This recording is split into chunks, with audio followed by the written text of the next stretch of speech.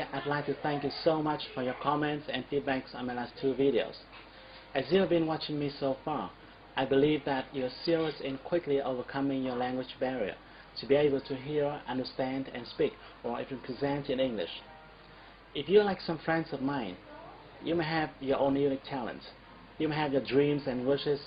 You may want to join the global community to work anywhere you want, to become a businessman or businesswoman, going around the world, working with partners coming from many other countries.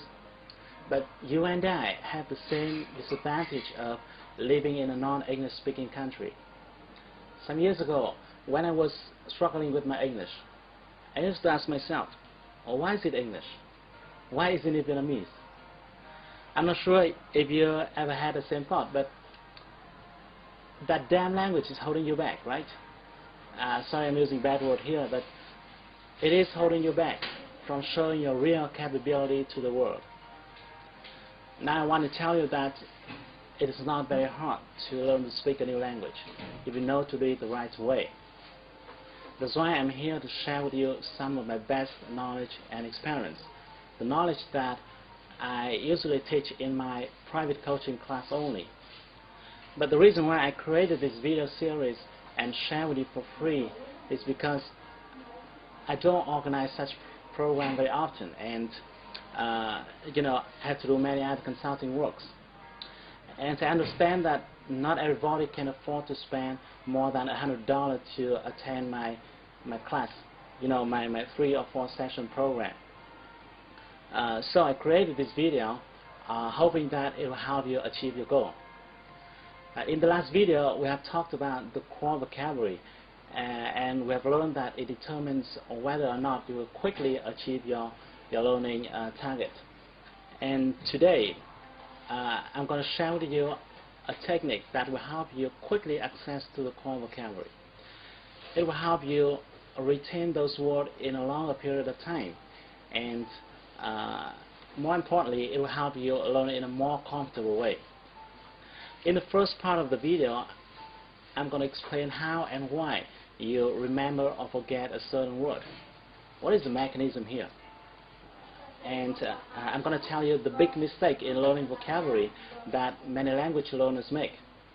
Then in the next part of the video, I'm going to share with you, I'm going to give you a step-by-step instruction for you to practice my technique. Don't worry, even though it took me almost 4 years to figure it out, but it won't take you more than 4 minutes to understand it. Once I tell you how, it's going to be super easy to follow.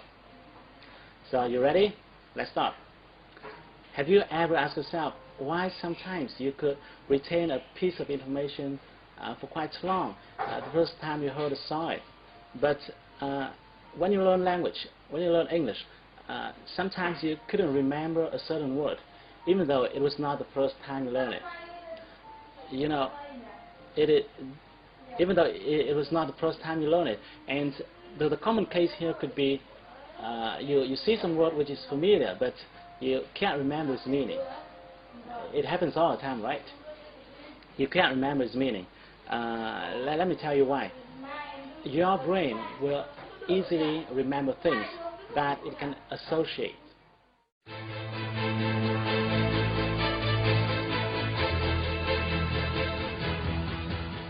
In his book, Second Nature, Human Brain Science and Human Knowledge, the Nobel Prize-winning author Gerald Alderman reveals a lot of interesting findings about human brain. He found that our brain cells function by a mechanism that he called recognition and association. Because of association mechanism, you can easily remember a piece of information that had something to do with your existing data in your brain. In other words, the information that can relate to your experiences, your thoughts, your feelings, your desires. It will be very hard for you to remember a piece of information that has nothing to do with you. For example, if I tell you my name, you will remember it for quite long because my name relates to your desire of learning English, so that your brain can link that name to other information already exist in your mind. Like you have watching me talking in my videos, or you want to speak English fluently and maybe I can help you, and things like that. But if I tell you a name without letting you know who he or she is, you'll forget it in a few days. Secondly, you can only retain a word if you are exposed to it several times.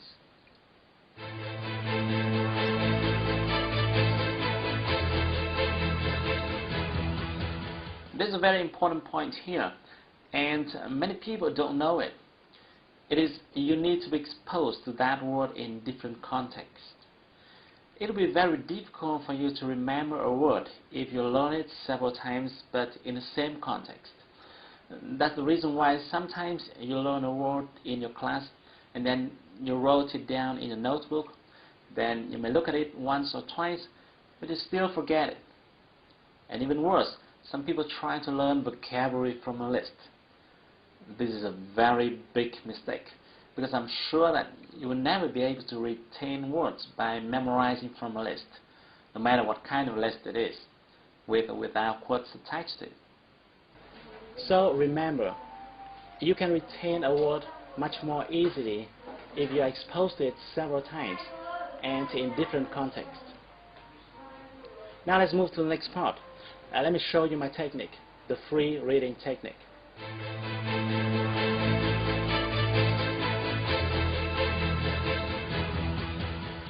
The reason why I call it free reading, because I want to distinguish it with the comprehension reading section that you usually find in the textbook. To give you a better view, let's take a look at this one. This is a typical comprehension reading section. I got this one from the site BBC Vietnamese. As you can see, this is a short paragraph. Sometimes it could be longer depending on the intention of the composer. There are words in bold and there are notes at the lower section to explain the meaning of those words. In many cases, there could be several questions for you to answer. If you were to study this reading section in your English class, the teacher would write these words onto the board, explain the meaning, instruct you on how to pronounce them, require you to answer some questions, and so on. This method is very common from the beginner to advanced levels. When using this approach, the teacher assumes that you already know all other words. The words in bold are focused upon because they are supposed to be more complicated and more difficult for the learners. Okay, now let me ask you a question. Are you sure that all those difficult and complicated words listed in the example are worth your time and effort? Recall what we talked about in the last video, the Pareto principle and the core vocabulary. You want to make sure that the words you spend time on should be the most common words. Coming back to the example, you can now see that the comprehension reading method tends to drive you to focus on the most difficult words. And my next question is, are the difficult words the most common one? Unfortunately, the answer is no. Most of the times, the shorter and simpler words are more common than the long and complicated ones. If you want to check how common a certain word is, you can use the website word count. Here's the web address. This is a website that provides rankings based on how common a certain word is. Even though I can't vouch for its reliability, but at least it can give us a rough idea. All you need to do is to enter the word you want to check in the Find Word box and then click the arrow button next to it. Let's give it a try with the word humanitarian from the reading section. Here we go. We got a ranking of 11,000 plus. This result shows you that the word is far less common than the 3,000 most common words. Now let's come back to the example and see how we can approach it in a more efficient way. What we're going to do is that we are going to remove all bolts from the words in the passage. Because this paragraph is quite short, I need a long one to make my point clearer. So I simply did a search on Google and found this one. This is another article talking about the same story. Now what I'm going to do is I copy and paste it into the Word document. Now if you screen these two articles, you'll find some words that appear 2, 3 or even 4 times. Let me do it for you, and let me highlight the words so that you can see them more easily. They are reporter, attempt, newspaper, film, access, deal, family. The phrase "say on the videotape" shows up twice. Again, if you want to check whether these words are really common, check it out on the site wordcount.org. Here, if you type the word attempt in the search box, you will get the frequency ranking of 882. This shows that the word attempt does belong to the group of the 3,000 most common words. The logic here is simple. The words that appear more frequently should be more common. Obviously, doing this way is really hard, and there's a much better way, the free reading technique. Here's what you're going to do. Firstly, you need to prepare some tool for you to quickly check word meaning. A favorite tool of mine is Click and See. I use it to see the meaning of a word in just one click. Or you can use any kind of dictionary software you want. But you want to make sure that you use something to check the meaning very quickly. So don't use a regular book version of a dictionary because it will slow down your reading speed. Now that you're ready, let's start to read from the beginning. Every time you face a new word or a word whose meaning you don't remember, use your dictionary software to check its meaning quickly and then continue to read. Here are the big don'ts when you're reading. Don't take note of any word, including new words, difficult words, long words, complicated words. Just don't take any note. Don't force yourself to remember any word. And finally, don't underline or bold any word. Again, don't take any note. Just read. Check the meaning of any word you want to and do nothing else. Then you want to read as fast as possible. Read as fast as possible. After reading a few sentences, maybe just one or two sentences, you might see a certain word that you have just checked the meaning of a minute before. However, you might not remember its meaning because you didn't take note. Well, no problem. Just relax. Go ahead and check its meaning again using your software. Then continue to read. You will likely see that word again, and you may still not remember its meaning. Just use your dictionary software again and continue to read. Well, after seeing a certain word 3-4 times and checking its meaning over and over again, I'm sure you remember it the next time you see it. And then, guess what happens? You'll have learned a word from the core vocabulary. Here's the key. Those words that you have seen over and over again are the most common words. The methodology here is very simple. The most common words must show up repeatedly. After reading a long piece, you will forget many words and retain some words. Those that you forget are uncommon words. Those that you retain are common. Now, you might be wondering why such a simple technique could be so powerful. Let me explain.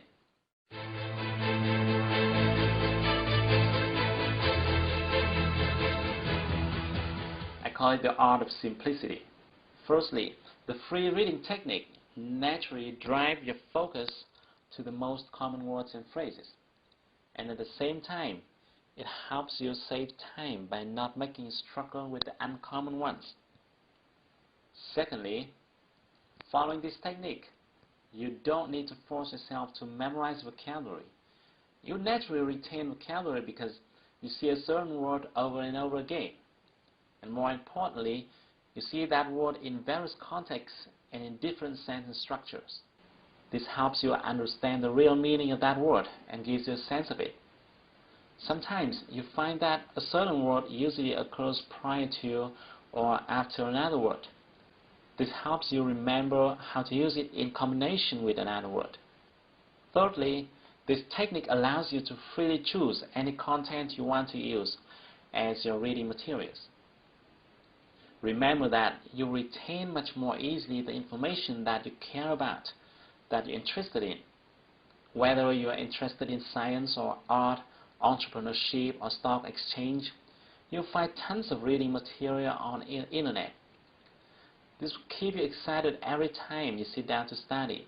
You will no longer feel tired and bored. Every time you find a phrase or structure repeated over and over again, you achieve something, and this motivates you to learn more. You don't have to force yourself to think or memorize. You just learn it in a painless way. Most of my students tell me that they could learn for hours using my technique without getting tired.